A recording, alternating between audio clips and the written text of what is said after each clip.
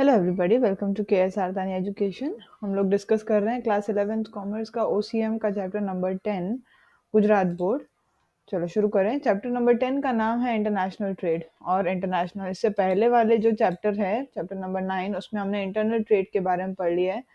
International और internal trade में इतना ही डिफरेंस है कि जो ट्रेड यानी जो बिजनेस आप कंट्री के बाउंड्रीज के अंदर करते हैं वो इंटरनल ट्रेड है, और जो बिजनेस आपके कंट्री के बाहर होता है, बाउंड्रीज के बाहर होता है, उसको अपने कह देंगे इंटरनेशनल ट्रेड। इसके इंट्रोडक्शन की अगर हम बात करें तो जो नेचुरल रिसोर्सेज हैं वो वर्ल्ड में अलग अलग कंट्रीज में अनइक्वली डिस्ट्रीब्यूटेड है। कहीं आपको गोल्ड बहुत मिलेगा, कहीं आपको पेट्रोल डीजल ये सारी चीजें बहुत मिलेंगी। तो इस वजह से लोगों को एक दूसरे के ऊपर डिपेंड रहना भी पड़ता है अपनी अपनी नीड्स को फुलफिल करने के लिए। अब इंडिया में पेट्रोल नहीं पाया जाता, इसका मतलब ये तो नहीं हो गया कि इंडिया के लोग जो हैं वो पेट्रोल वाली गाड़ियां नहीं चलाएंगे। अगर आप कोई चीज अपने कंट्री में बना नहीं सकते हैं, या आपका प्रोडक्शन जितनी डिमांड है उससे कम है, जितनी रिक्वायरमेंट है उससे कम है, और दूसरी तरफ दूसरा कोई ऐसा कंट्री है जिसके पास बहुत सारी वो चीजें अवेलेबल हैं, तो आप उन आइटम्स को उनसे खरीद सकते हैं। इसको अपने बोलते हैं इंटरनेशनल ट्रेड। जैसे बोलते हैं दुबई में पानी बहुत महंगा है, वहां पर पेट्रोल बहुत सस्ता है। ऐसा क्यों है? क्योंकि वहां पर पानी है ही नहीं, राइट, रेगिस्तान है वो, इसीलिए।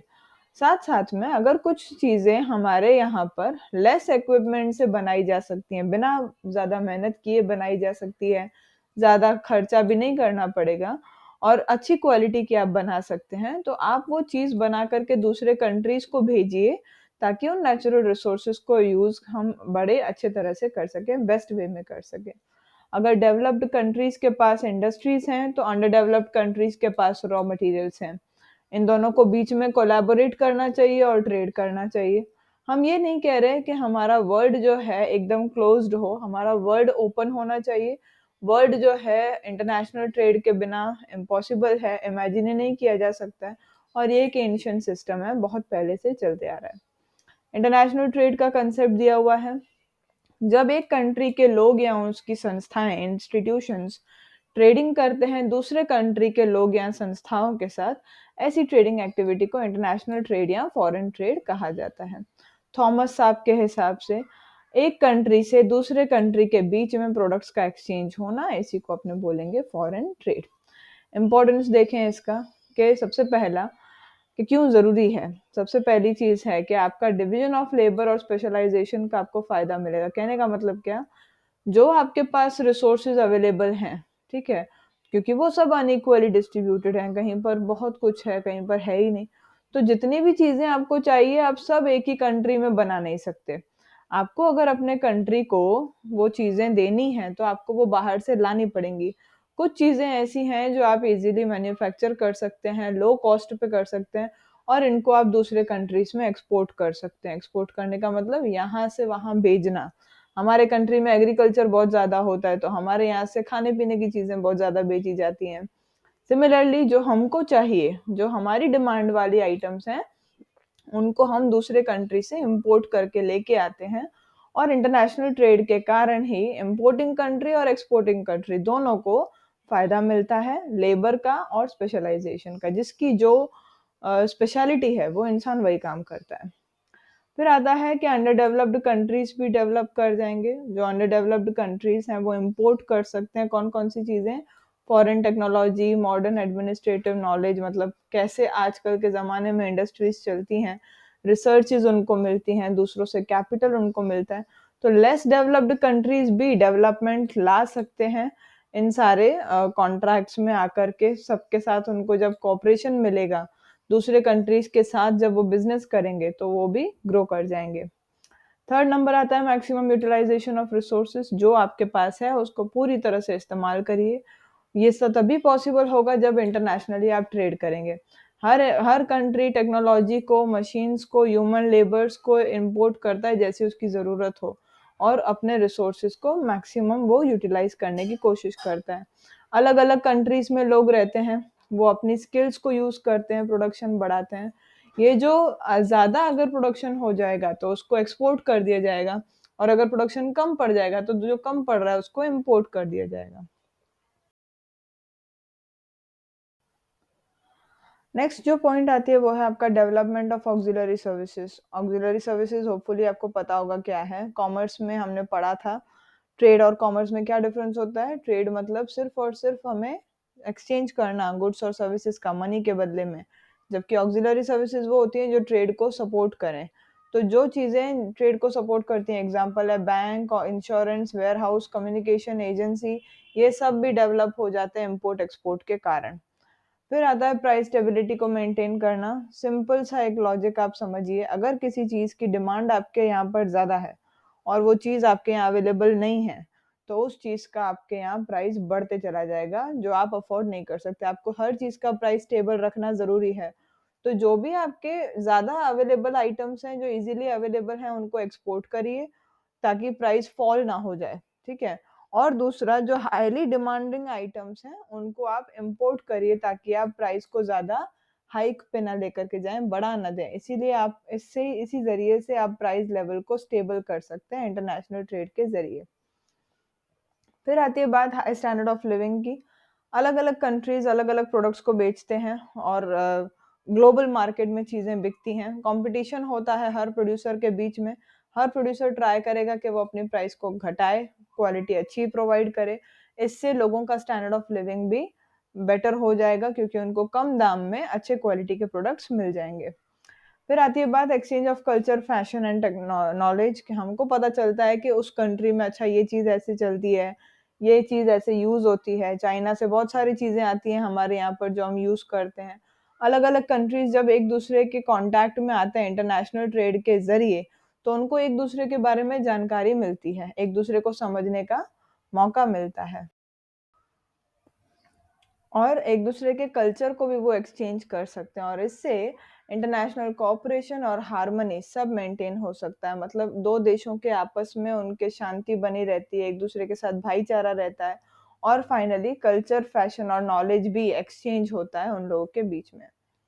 Helpful in calamities, international trade जो है ज़्यादा इम्पोर्टेंस उसकी तब आती है जब आपके सप्लाई ऑफ गुड्स जो है इंटरप्ट हो जाए। मतलब आप किसी कंट्री को कुछ बेचते रहते हैं और कोई ऐसी प्रॉब्लम आ गई जैसे ड्रॉट, सूखा पड़ जाना, अर्थक्वेक, एपिडेमिक, एपिडेमिक मतलब जैसे कोविड आया, साइक्लोन। तो ऐसे में जो है आपके दोनों के बीच में संबंध और अच्छे हो जाएंगे जब कोई कंट्री किसी को हेल्प करेगा ओवरकम करने में, उस चीज उस पर्टिकुलर सिचुएशन से बाहर निकलने में। इंडिया में जैसे एग्रीकल्चर सबसे ज्यादा है और एग्रीकल्चर किस पे डिपेंडेंट होता है, रेन पे। एग्रीकल्चर तब फेल हो जाएगा जब बारिश नहीं होगी, राइट।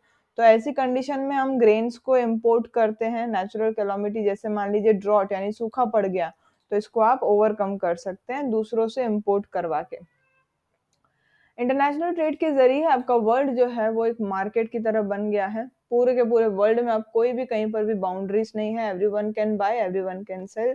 इंडस्ट्रियली जो डेवलप्ड और प्रॉस्परस नेशंस हैं, प्रॉस्परस मतलब जिनके पास अच्छा खासा बिजनेस है, फॉर एग्जांपल यूएसए और ये सब, इनके पास टेक्नोलॉजी बहुत अच्छी होती है, ये चीज़ों को लार्ज स्केल पे बनाते हैं और हमेशा ही ये एक ऐसा मार्केट ढूंढते हैं कि कहाँ ये अपनी एक्स्ट्रा चीज़ों को बेचें, सरप्लस जो है उनके पास प्रोडक्शन वो कहाँ बेचें। इसके कारण इंटरनेशनल मार्केट जो है वो डेवलप होता है। इसी हिसाब से बहुत सारे ऐसे कंट्रीज हैं और इंटरनेशनल मार्केट को उन्होंने मतलब पूरे वर्ल्ड को उन्होंने एक मार्केट बना रखा है। नेक्स्ट जो पॉइंट आती है वो है इंसेंटिव्स फॉर एक्सपोर्ट ट्रेड। अगर हम एक्सपोर्ट करते हैं तो बदले में हमको क्या क्या मिलता है। सिंपल सी बात है, इंडिया जैसे कंट्री में पहले जो लोग थे, इसका मैं जस्ट आपको एक जिस्ट बता रही हूँ। पहले जो लोग थे वो पढ़े लिखे नहीं होते थे। एक्सपोर्ट करने के लिए अच्छा खासा प्रोसीजर लगता है, इम्पोर्ट करने के लिए भी प्रोसीजर लगता है जो हम पढ़ेंगे भी। तो ये प्रोसीजर जो है आपका, लोग पहले करने से डरते थे। धीरे धीरे सरकार ने इनकी हेल्प करी कि आप ये प्रोसीजर करिए, हम आपके साथ हैं। और उसके बदले में वो उनको इंसेंटिव्स भी देती थी। अब वो क्या इंसेंटिव्स हैं, हमारे कंट्री की डेवलपमेंट के लिए ये सरकार ने किया है, वो सब अपने यहाँ पढ़ेंगे। हर कंट्री को जो चीजें उनके पास नहीं है, इनएविटेबल मतलब क्या, जो चीजें उनके पास नहीं है उनकी सप्लाई को मेंटेन करने के लिए इंपोर्ट करना जरूरी है। कंट्री के सिक्योरिटी के लिए भी ज़रूरी है, कंट्री के डेवलपमेंट के लिए भी ज़रूरी है। जो चीज़ें हम इम्पोर्ट करते हैं तो बदले में हमको उनको पैसे देने पड़ते हैं फॉरेन एक्सचेंज में। मतलब अगर आप यूएसए से इंपोर्ट करेंगे तो डॉलर्स में पे करिए, ऐसा सब। एक्सपोर्ट जो है वो भी करना ज़रूरी है, अगर आप फॉरेन एक्सचेंज गेन भी करना चाहते हैं तो। आप सिर्फ रुपए देते चले जाएँगे तो आपका जो ट्रेज़री है वो खाली हो जाएगा। तो एक्सपोर्ट भी करना ज़रूरी है स्टेबिलिटी के लिए, सिक्योरिटी के लिए। इसीलिए हर कंट्री जो है एक्सपोर्ट करने के लिए इंसेंटिव्स प्रोवाइड करता है, कुछ ना कुछ फ़ायदे बताएगा वो लोगों को, ताकि एक्सपोर्टर्स जो हैं वो अच्छे क्वालिटी के गुड्स कम दाम पे एक्सपोर्ट करें, और जब भी किसी कंट्री को ज़रूरत हो तब वो चीज़ उनको मिले। एक्सपोर्ट करने के लिए उनको इंसेंटिव्स दिए जाते हैं, यूजुअली गवर्नमेंट ये इंसेंटिव्स जो है वो देती है। गवर्नमेंट एक मीडिया बन कर के आती है ये इंसेंटिव्स देने के लिए, मतलब एक ज़रिया बन के आती है। अब इसके अगर हम देखने जाएँ टोटल कुल मिलाकर के 7 इंसेंटिव्स हैं, सबको एक-एक करके पकड़ेंगे। सबसे पहला है आपका ट्रेड एग्रीमेंट्स। जो एक्सपोर्ट है वो हम ट्रेड एग्रीमेंट के ज़रिए बढ़ाते हैं। कैसे? ये ट्रेड एग्रीमेंट्स जो हैं ये पॉलिटिशियन के ज़रिए होते हैं, जो पॉलिटिकली एक दूसरे के लिए काम करते हैं। ट्रेड एग्रीमेंट के हिसाब से एक या ज़्यादा कंट्री आपके प्रोडक्ट्स हो या सर्विसेज़ को ही खरीदेगा, उसी को प्रायोरिटी देगा, किसी और के प्रोडक्ट या सर्विस को नहीं। ये एक एग्रीमेंट हो गया। फ़ाइनेंशियल और इकोनॉमिक एनकरेजमेंट रिवॉर्ड दूसरा मिलता है कि हम सामने वाले को पैसों का लालच दें या इकोनॉमिकल एनकरेजमेंट दें, ताकि उनको और लालच आए कि हाँ, मैं और एक्सपोर्ट करूँ। ये मीडियम जो है ये लॉन्ग टाइम से यूज़ हो रहा है। इस स्कीम के हिसाब से एक्सपोर्टर को एक रिवॉर्ड मिलता है प्री डिटरमाइंड रेट पे, यानी पहले ही पता होता है कि हाँ, अगर मैं 1 लाख रुपए की चीज़ एक्सपोर्ट करूँगा तो मुझे 1% 2% जितना भी है मेरा प्रॉफ़िट मिलेगा। उनसे सेल्स टैक्स का कोई कलेक्शन नहीं लिया जाता या बहुत कम कलेक्शन लिया जाता है, या एक्साइज़ ड्यूटी का भी कोई कलेक्शन नहीं लिया जाता। हालाँकि ये सारी चीज़ें अब एकदम बंद हो गई हैं। थर्ड नंबर, उनको थोड़ा या पूरा का पूरा इनकम टैक्स में जो भी उनकी इनकम हो रही है एक्सपोर्ट के ज़रिए, उस पे थोड़ा या पूरा वो एक्सेम्प्ट ही किया जाता है, मतलब आप कोई इनकम टैक्स मत पे करिए, चलेगा। और लास्ट पॉइंट है, उनको रॉ मटेरियल दिया जाता है, दूसरे इक्विपमेंट्स, इलेक्ट्रिसिटी सब लो रेट पे दिया जाता है कि आप ये लीजिए, इससे माल बनाइए और इसको एक्सपोर्ट करिए, ठीक है? थर्ड नंबर जो आता है वो है आपका collective and systematic economic encouragement, यानी इस स्कीम के हिसाब से वो जितने भी प्री डिसाइडेड प्रोडक्ट्स हैं, मतलब पहले से ही उन्होंने डिसाइड कर रखा है कि हाँ, ये हम लोग एक्सपोर्ट करेंगे। उसके बदले में जितना उनको चाहिए वो इम्पोर्ट भी कर सकते हैं। तो एक्सपोर्ट गारंटी के बदले में वो उनको इम्पोर्ट करने की भी एक सुविधा प्रोवाइड करते हैं। इसके एक्सपोर्ट गारंटी के बदले में कुछ ऐसे एनकरेजमेंट्स भी हैं जो दिए जाते हैं। एग्ज़ाम्पल है, उनको लैंड दिया जाएगा कम रेट पे, ताकि वो वहाँ पर एक्सपोर्ट करने के लिए जो चीज़ें हैं वो बना सकें, प्रोडक्शन कर सकें वहाँ पर। उनको फैक्ट्री बनाने का एस्टेब्लिशमेंट करने का बेनिफिट मिलता है। उनको फैक्ट्रीज़ जो है फ्री ट्रेड ज़ोन, जहाँ पर टैक्स लगता ही नहीं है, प्लस जहाँ पर प्री डिसाइडेड रेशियो पे या तो पूरा एक्सपोर्ट पे कोई भी कानूनी वो जो है प्रॉब्लम आती ही नहीं है, रेगुलेशंस वहाँ पर है ही नहीं। सरकार की, इसको बोलेंगे फ्री ट्रेड ज़ोन्स, वहाँ पर उनको काम करने का मौका मिलता है। फिर आती है बात फ़ाइनेंशियल फैसिलिटीज़ एंड सर्विसेज़ की। एक्सपोर्ट एनकरेजमेंट्स जो हैं वो उनको फ़ाइनेंशियल फैसिलिटीज़ से भी मिलती है, कैसे वो देखो। सबसे पहले जैसे मान लो बिलिंग अमाउंट आपको उसी दिन पे मिल गया, जितने का भी आपने एक्सपोर्ट किया, जो भी आपने माल भेजा, उतना अमाउंट आपको उसी दिन पे मिल जाए। आपके एक्सचेंज रेट में जो फ्लक्चुएशन होता है, एक्सचेंज रेट में फ्लक्चुएशन मतलब कभी डॉलर के मुकाबले रुपए पक्के होते हैं, तो कभी कच्चे हो जाते हैं, दाम गिरते रहते हैं। तो उसके बदले में प्रोटेक्शन आपको मिलेगा कि आपने जिस दिन पर भेजा, उसी दिन का रेट जो है आपको मिल जाएगा। अरेंजमेंट करना कि इम्पोर्टर को गुड्स जो हैं बड़ी आसानी से मिल जाएँ, ताकि एक्सपोर्टर की चिंता थोड़ी कम हो जाए। और ये सर्विसेज़ देना कि हाँ, इम्पोर्टर आपको पैसे दे देगा, यानी इम्पोर्टर की फ़ाइनेंशियल साउंडनेस को पहले ही देख के रखना। जो कंट्री इम्पोर्ट कर रहा है, मतलब आपसे माल ले रहा है, उसके पहले ही आप देख के रखिए कि वो इंसान, वो कंट्री आपको पैसे देने के काबिल है भी कि नहीं है, और उसके बाद आप एज़ अ गारंटर उसके लिए काम करिए कि हाँ, एक्सपोर्टर को आपने आश्वासन दे दिया कि आपको पैसे मिल जाएँगे। ये तो सारी थी इकोनॉमिकली यानी फ़ाइनेंशियली फैसिलिटीज़ देने की बात। अब कुछ फैसिलिटीज़ हैं जो नॉन इकोनॉमिक भी होती हैं। एनकरेजमेंट उनको नॉन इकोनॉमिकली यानी बिना पैसों के भी दिया जाता है। एग्ज़ाम्पल है कि एक्सपोर्ट कौन-कौन सी चीज़ें करनी चाहिए उसके बारे में जानकारी दीजिए ज़रूरी जो भी है। उनका जो मैन पावर है, उनके पास जो लोग हैं, उनको ट्रेन करिए, उनको प्रिपेयर करिए, ताकि वो एक्सपोर्ट वर्दी प्रोडक्ट्स जो हैं बना सकें, मतलब ऐसे प्रोडक्ट्स बना सके जो वहां पर कंपटीशन में खड़े हो सके। कंपटीशन बढ़ाना एक्सपोर्टर्स के बीच में, और जो सबसे ज्यादा एक्सपोर्ट करे उसको अवार्ड देना। ऐसी होती भी है, गैदरिंग्स होती है, मीटिंग्स होती है, जहाँ पर सारे एक्सपोर्टर्स इकट्ठे होते हैं, हमारे गुजरात में भी होती है। उनको एक्सपोर्ट मार्केट के बारे में इंफॉर्मेशन प्रोवाइड करना। और फाइनली स्ट्राइक और लॉकआउट को इलीगल एक्टिविटीज बताना। कहने का मतलब स्ट्राइक और लॉकआउट क्या होता है? फैक्ट्रीज का बंद हो जाना, एम्प्लॉयज का स्ट्राइक पे चले जाना। जिस जिस फैक्ट्री में एक्सपोर्ट प्रोडक्ट्स बनाए जाते हैं वहां पर स्ट्राइक और लॉकआउट को इलीगल बताना, और ऐसे नॉन इकोनॉमिक एनकरेजमेंट्स उनको दिए जाते हैं। नेक्स्ट जो पॉइंट आती है वो है आपका SEZ यानी कि स्पेशल इकोनॉमिक जोन। ये एक कानून है जो पार्लियामेंट में पास हुआ था 2005 में और इम्प्लीमेंट हुआ है 10 फरवरी 2006 को। स्पेशल इकोनॉमिक जोन एक ऐसा एरिया होता है, रियल में एक ऐसा एरिया होता है, धरती पर होता है, जहाँ पर कंट्री के जो कानून होते हैं ना वो और ज्यादा लिबरल हो जाते हैं, मतलब आपको सरकार इतना ज्यादा वहां परेशान करने नहीं आएगी। ऐसे इसके बहुत सारे टाइप्स हैं, जैसे है आपका एक्सपोर्ट प्रोसेसिंग जोन, जहाँ पर एक्सपोर्ट के लिए ही सारे काम होते हैं। Free trade zone, free port, industrial zone, ये यहाँ पर जैसे एग्जांपल ले लें इंडस्ट्रियल जोन, तो वहां पर सारी की सारी इंडस्ट्रीज ही पाई जाएंगी। मेन इसका जो मुद्दा है ये क्यों बनाया गया, ताकि डोमेस्टिक और डायरेक्ट फॉरेन कैपिटल इन्वेस्टमेंट्स को बढ़ावा दिया जा सके। जहां पर सरकार सबसे ज्यादा टांग अड़ाएगी वहां पर लोग काम नहीं कर पाएंगे। इसीलिए ऐसे जोन्स बनाए गए हैं जहां पर सरकार थोड़ी और लिबरल हो जाए, थोड़ी और छूट छाट दे दे। इन लोगों को custom duty, central excise service tax, central sales tax या सिक्योरिटी ट्रांजैक्शन टैक्स, इन सब से मुक्ति दे दी जाती है। एग्जेम्पशन मतलब क्या? मुक्ति इन सारी टैक्सेस से, ताकि हमारे प्रोडक्ट्स का एक्सपोर्ट जो है वो ज़्यादा हो सके। इंडस्ट्रियल यूनिट्स जो हैं, जो इस पर्टिकुलर SEZ में बने हुए हैं, सिर्फ उनके लिए ये सारी राहतें होती हैं। डोमेस्टिक और फॉरेन कैपिटल इन्वेस्टमेंट को बढ़ाने के लिए कि भाई लोग ज़्यादा से ज़्यादा आएँ, आपके यहाँ इन्वेस्टमेंट करें, आपके यहाँ की इंफ्रास्ट्रक्चर की जो फैसिलिटीज़ हैं वो बढ़ें, इसीलिए ये सारे इनकरेजमेंट या ये सारी छूट छाट दी जाती है। नेक्स्ट जो आता है वो है आपका export processing zone. Government of India ने ऐसे भी जोन्स बनाए हैं हमारे कंट्री में अलग अलग एरियाज में, ताकि एक्सपोर्ट ट्रेड को और बढ़ावा मिल सके। ये क्यों किया गया है? ताकि फॉरेन एक्सचेंज आपका बढ़े। आप सिर्फ दुनिया को देते ही ना फिरें, उनसे लें भी, है ना, पैसे जो है। और इसीलिए एक्सपोर्ट को प्रमोट किया जाता है। एक्सपोर्ट प्रोसेसिंग जोन और फ्री ट्रेड जोन ये एक दूसरे के सिनोनिम्स हैं, मतलब सेम टू सेम है। इस पॉलिसी में जो गवर्नमेंट ऑफ इंडिया ने डिक्लेयर करी थी उस हिसाब से फ्री ट्रेड जोन बहुत सारी जगहों पे बनाए गए हैं। एग्जाम्पल है कंडला, सांता क्रूज बॉम्बे में, पाल्टा, नोएडा, कोची, चेन्नई, विशाखापट्टनम, कोसिंद्रा द्वारका के आगे, और दहेज नियर भरूच।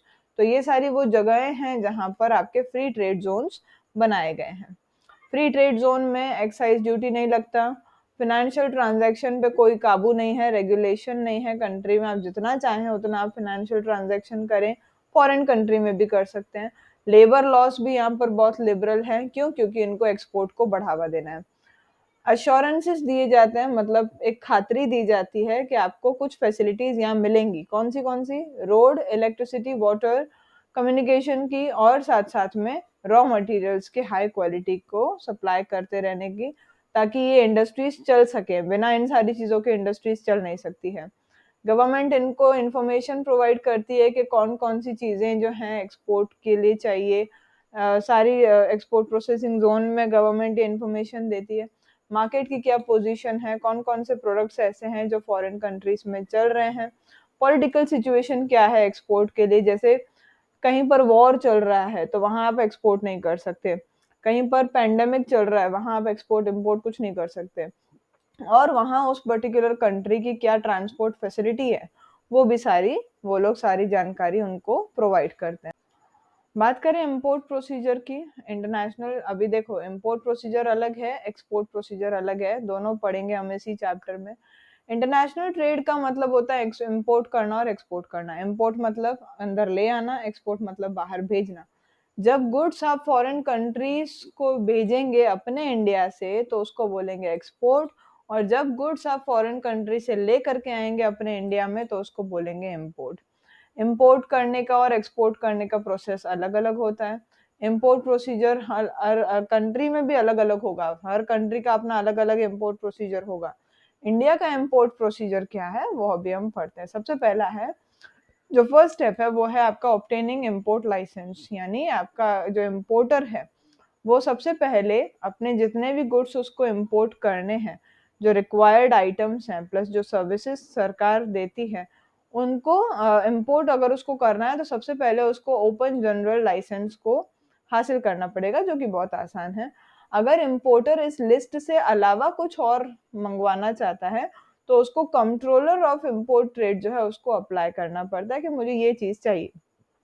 इसमें इंपोर्टर का एप्लीकेशन में जो है उसमें उसका नाम, एड्रेस, गुड्स की डिटेल, इंपोर्टर की खुद की कैसी कंडीशन है, इकोनॉमिक कंडीशन कैसी है, कहाँ से उसको एक्सपोर्ट करवाना है, ये सब चीजें उसको एप्लीकेशन में लिख के बतानी होती है। कहने का मीनिंग ये है, सरकार ने एक लिस्ट बना रखी है कि आप ये गुड्स इंपोर्ट करवा सकते हैं। उस लिस्ट में से अगर आप कुछ मंगवाना चाहते हैं तो ओजीएल के लिए अप्लाई करिए, जो कि बहुत आसान है। अगर आप उस लिस्ट के बाहर कुछ मंगवाना चाहते हैं जो उस लिस्ट में नहीं है मेंशन, तो आपको कंट्रोलर ऑफ इंपोर्ट ट्रेड को लिखना पड़ेगा और कुछ जो डिटेल्स हैं अपने एप्लीकेशन में आपको भर के उसको दे देनी है। अगर ऑफिसर सेटिस्फाइड होगा आपकी डिटेल्स के साथ तो आपको वो इंपोर्ट लाइसेंस जो है वो दे देगा। कोटा मेथड अगर होता है तो इंपोर्टर को कोटा सर्टिफिकेट भी मिलता है कि आपका ये फिक्स्ड कोटा है, इतने का ही आप इंपोर्ट कर सकते हैं, इससे ज्यादा का आप नहीं कर सकते, एक अमाउंट फिक्स्ड होता है उसमें। फिर आती है बात फॉरेन एक्सचेंज को ऑब्टेन करना। आप पेमेंट कैसे करोगे? जब आप इंपोर्ट करते हैं फॉरेन कंट्री से तो पेमेंट जो है उन्हीं के करेंसी में करना होता है। आरबीआई के पास ये फॉरेन एक्सचेंज का कंट्रोल है। पहले आपको एक जो आपका बैंक है जिसको गवर्नमेंट ने परमिट कर रखा है फॉरेन एक्सचेंज के लिए, आरबीआई को अप्लाई करने से पहले उस बैंक में अप्लाई करना पड़ता है। बैंक जो है उस एप्लीकेशन को पूरा ध्यान से देखेगा, इंपोर्टर का लाइसेंस देखेगा, सब चीजें देखेगा। फिर आरबीआई जो है फॉरेन एक्सचेंज को हाँ बोल देता है, सैंक्शन कर देता है।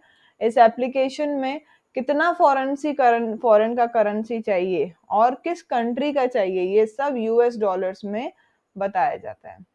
फिर आता है प्लेसिंग एन ऑर्डर। अब आपने ये सारा प्रोसेस कर लिया, इंपोर्ट लाइसेंस है आपके पास, फॉरेन एक्सचेंज है। अब आपको अलग अलग मैन्युफैक्चरर के बारे में या एक्सपोर्टर्स के बारे में, उनकी डिटेल्स के बारे में, क्या उनके गुड्स हैं, क्या प्राइस है या बाकी की शर्तें क्या हैं, सब आपको ध्यान में देना है। इंपोर्टर फिर ऑर्डर प्लेस करेगा एक्सपोर्टर के पास कि मुझे ये चीज चाहिए, ठीक है। इंपोर्टर ने ऑर्डर प्लेस कर दिया तो उस ऑर्डर प्लेस करने को अपने बोल देंगे इंडेंट। ये वन लाइनर में बहुत पूछा जाता है।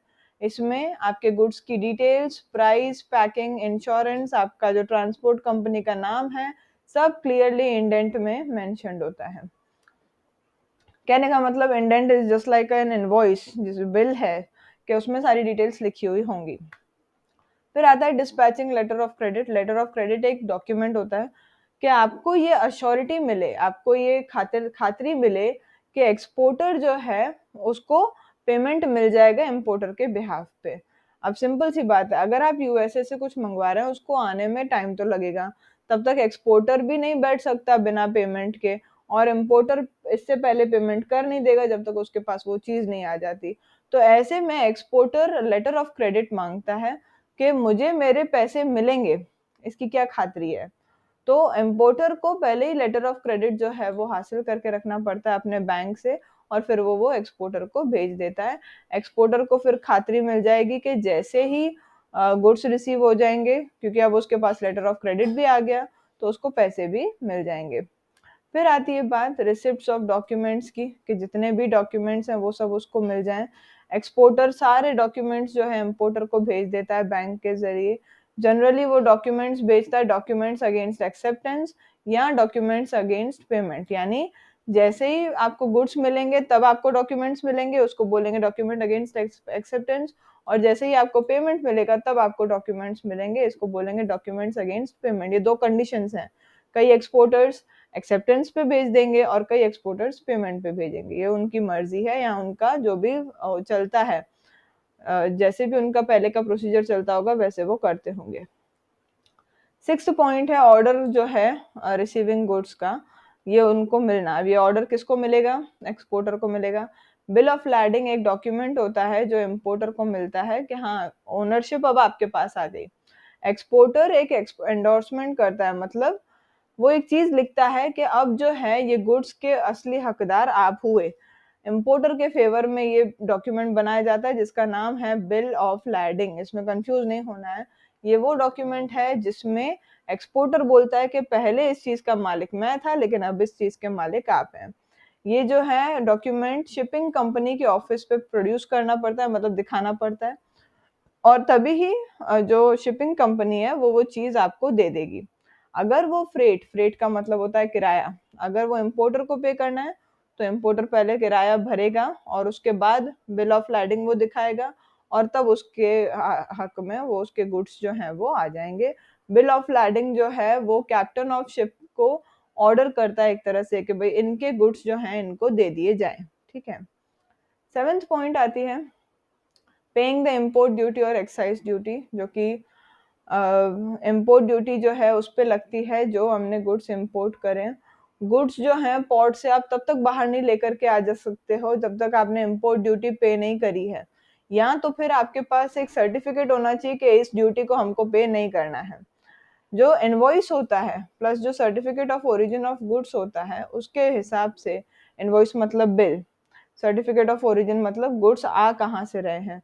अगर कम एक्साइज ड्यूटी पे करनी है तो बिल ऑफ एंट्री भी बनाना पड़ता है। ठीक है। इस फॉर्म में सारी जानकारी कि शिप का क्या नाम था, पोर्ट का क्या नाम है, फॉरेन कंट्री जहाँ से ये आया है, कहाँ से गुड्स जो हैं शिप पे डाले गए, किसने भेजा, एक्सपोर्टर कौन है, उसका एड्रेस, उसका नाम, प्लस इम्पोर्ट किसने किया, उस आदमी का एड्रेस और उसका नाम, सारी की सारी ए टू जेड सारी डिटेल्स जो है गुड्स की वहां पर मेंशन होती है। किसमें मेंशन होती है? आपका ये जो बिल ऑफ एंट्री है उसके ऊपर। एक्साइज जो है वो इसी पे बनता है, एक्साइज ड्यूटी इसी पे लगाई जाती है जो इस फॉर्म में डिटेल होती है। जब ये ड्यूटी हम पे कर देते हैं तो एक्साइज ऑफिसर बोलता है कि बिल ऑफ एंट्री हो चुका है, अब ये जो चीज है ये इम्पोर्टर के हाथ में आ सकती है। गुड्स जिन पे एक्साइज ड्यूटी नहीं पे होती है वो बॉन्डेड वेयर हाउसेज में रखी जाती है। ये हमने पढ़ा है एक चैप्टर में। बॉन्डेड वेयर हाउस क्या होता है? जिसपे हमने एक्साइज ड्यूटी पे नहीं करी है, जब तक वो एक्साइज ड्यूटी पे नहीं होगी वो चीज वहां से बाहर निकल के आ नहीं सकती। फिर आती है बात payment of doc charges. Doc क्या होता है? जो आपका वो बंदर है, जिधर वो आई चीज, जो शिप जहां पर आई वो डॉक है, उसके चार्जेस को भी पे करना पड़ता है। इम्पोर्टर को ये सारे चार्जेस पे करने पड़ते हैं जहां पर व्हीकल आया, या तो वो हवा से आएगा या रोड से आएगा या समुद्र से आएगा, जहां से भी वो आया वहां पर आपको डॉक चार्जेस पे करने पड़ेंगे। ये जो चार्जेस हैं इनको अपने डॉक चार्जेस बोलते हैं। डॉक चार्जेस में जो भी वहाँ की चीजों को आप यूज कर रहे हैं, उस पर्टिकुलर जगह के जो इक्विपमेंट्स आपने यूज करे उनके एक्सपेंसेस को पे करने की बात होती है। जितनी भी फैसिलिटीज आपको मिली जब तक आपके चीज आपके पास नहीं आ गई, जब से वो उस पर्टिकुलर व्हीकल में आपके गुड्स पड़े हैं तब से लेकर के जब तक आपको वो मिल ना जाते हैं, तब तक जितने भी चार्जेस आपके लगते हैं वो डॉक चार्जेस में लगते हैं। इसके बाद एक रिसिप्ट इशू होती है पेमेंट की कि भाई हाँ डॉक चार्जेस मिल गए, और इसको अपने बोलेंगे डॉक रिसिप्ट। ठीक है। लास्ट जो आता है वो आपका getting possession of the goods. सारी फॉर्मेलिटीज पूरी हो गई, जय श्री राम। आपकी सब की सब आपने बिल्स क्लियर कर दिए, गुड्स अब आपके हाथ में आ जाएंगे। आप बॉन्डेड वेयर हाउस से भी निकाल सकते हो उसको एक सर्टेन टाइम लिमिट में, वरना फिर अगर बॉन्डेड वेयर हाउस से आप उस टाइम लिमिट में नहीं लेकर के आएंगे तो फिर ज्यादा टाइम, जब जितने ज्यादा टाइम के लिए वो वहां रहेगा तो आपको रेंट और डेमरेज का भी उसको एक्सपेंसेस पे करने पड़ेंगे कि भाई हाँ ये चीज हमारी गलती के कारण यहाँ रही तो इसके एक्सपेंसेस हम बॉन्ड कर रहे हैं, पे कर रहे हैं। ठीक है। एक्सपोर्ट प्रोसीजर से जो है बाकी की जो बची हुई 3 पॉइंट्स हैं वो अपने करेंगे इस वीडियो के पार्ट नंबर 2 में। Thank you so much for patient hearing. Have a good day.